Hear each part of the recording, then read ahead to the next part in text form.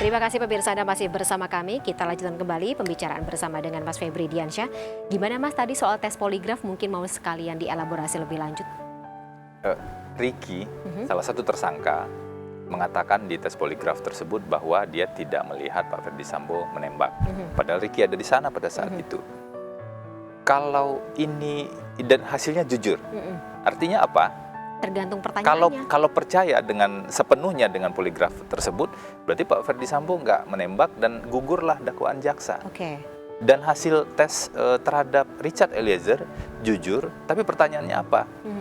Kira-kira dia pertanyaannya ada 3, tapi udah bolak-balik ya. Richard nembak Joshua nggak gitu kan? Dan dia jawab iya, dan itu jujur. Artinya apa?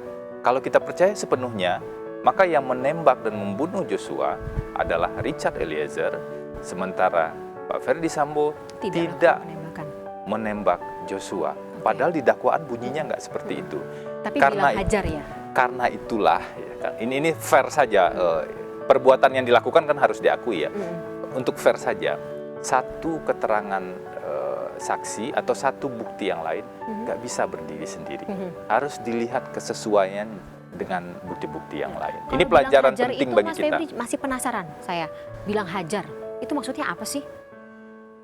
Menurut Pak Ferdi Sambo, yang dia perintahkan atau yang dia sampaikan saat itu di Duren 3 adalah hajar Chad.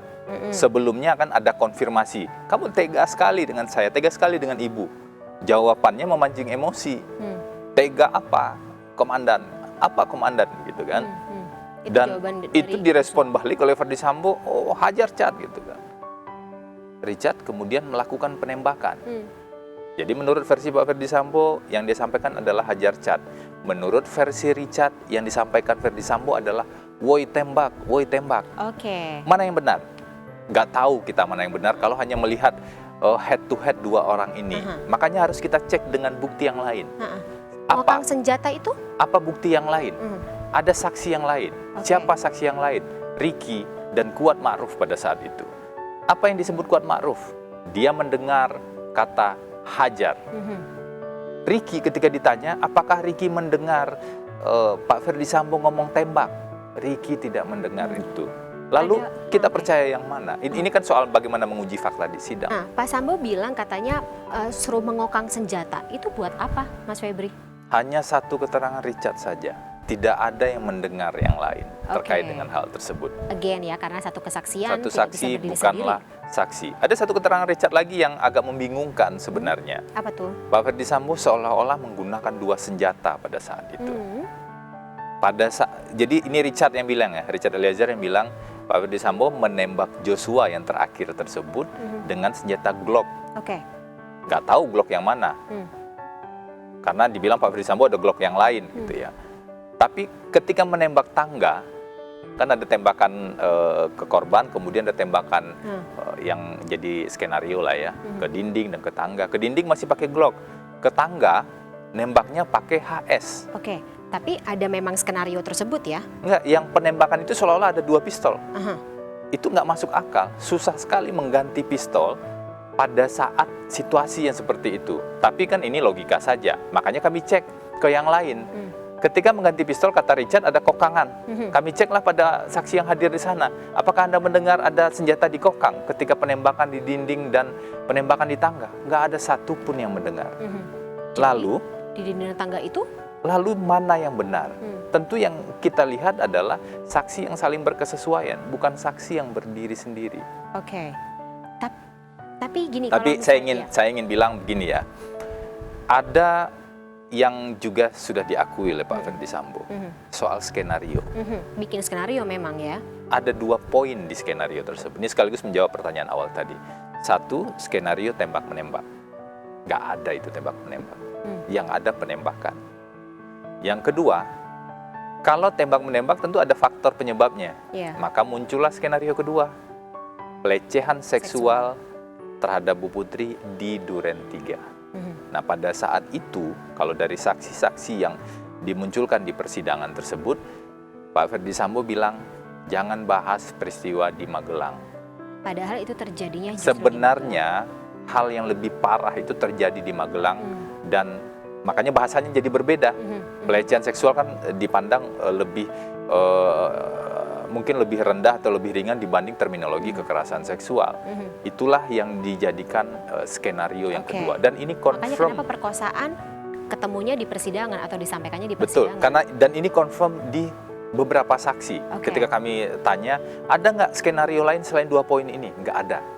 Kata saksi-saksi tersebut. Dan bahkan kami juga tanya ke Richard kan soal 2 skenario ini. Dan ia bilang ini memang skenario. Jadi dan itu diakui Pak Ferdisambo. Opini publik yang mengatakan saksi-saksi yang saling sesuai kesaksiannya ini ngomong karena takut sama Ferdisambo, gimana Mas Febri? Berarti memang karena ya kejadian yang mereka ketahui dan mereka saksikan ya memang sama begitu?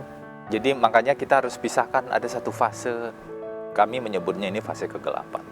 Waktu kami ketemu dengan Pak Ferdisambo, kami bilang, Pak, publik susah untuk percaya dengan fakta-fakta yang kita sampaikan. Kenapa? Karena ada fase yang namanya fase skenario. Publik pernah dibohongi. Karena itu fase ini harus diakui dulu.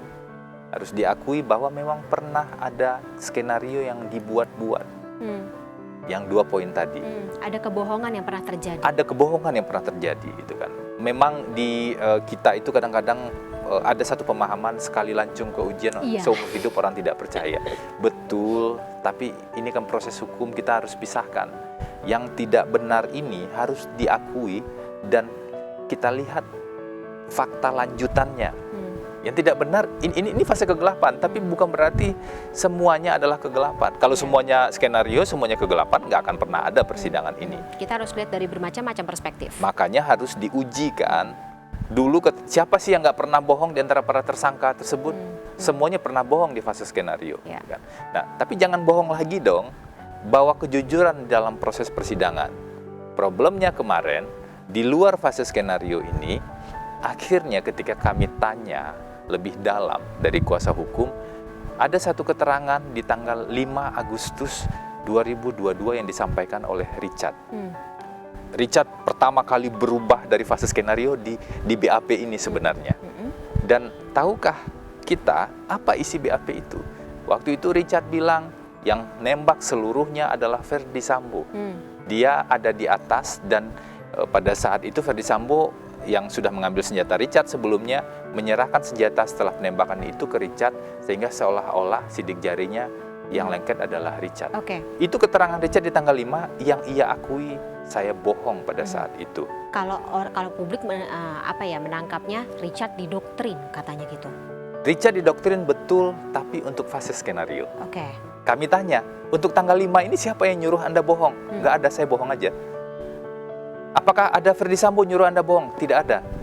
Lalu kenapa Anda bohong? Oh, enggak, saya bohong aja. Coba dilihat deh di fakta sidang.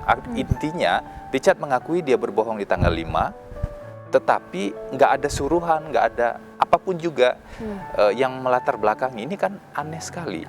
Dan tidak banyak yang tahu BAP tanggal 5 inilah yang kemudian digunakan sebagai titik tolak untuk menjemput dan membawa Ferdisambo pada saat itu. Tapi yang Mas Febri tangkap dari pernyataan si Richard Eliezer itu, apa yang mendorong dia untuk akhirnya mengatakan hal-hal yang berbeda? Saya nggak tahu. Kami tanya juga kemarin dan nggak muncul kan. Apapun faktor penyebabnya, yang paling penting bagi kami adalah ayo kita buka kebenaran di sini. Dan kalau dikaitkan dengan posisi justice kolaborator, justice kolaborator itu kan dia nggak boleh bohong. Nggak boleh justice kolaborator bohong. Dan harus konsisten di semua tingkat pemeriksaan. Jadi kalau justice kolaborator pernah bohong, kita keluarkan yang fase skenario ya. Kalau justice kolaborator pernah bohong dan tidak konsisten di tingkat pemeriksaan, tercemarlah status justice kolaborator itu. Lalu mau jadi kolaborator untuk apa kalau berbohong? Kalau menjadi GC hanya untuk menyelamatkan diri sendiri, tujuan GC itu secara hukum bukan itu. Tapi diterima oleh LPSK statusnya? Saya nggak tahu LPSK apakah mengikuti proses persidangan atau tidak. Karena ada satu bagian yang menarik. Tahan dulu, berarti bagian menariknya akan kita gali lebih dalam ya Mas Febri di segmen berikutnya. Tetaplah bersama kami pemirsa, program One on One akan kembali sesaat lagi.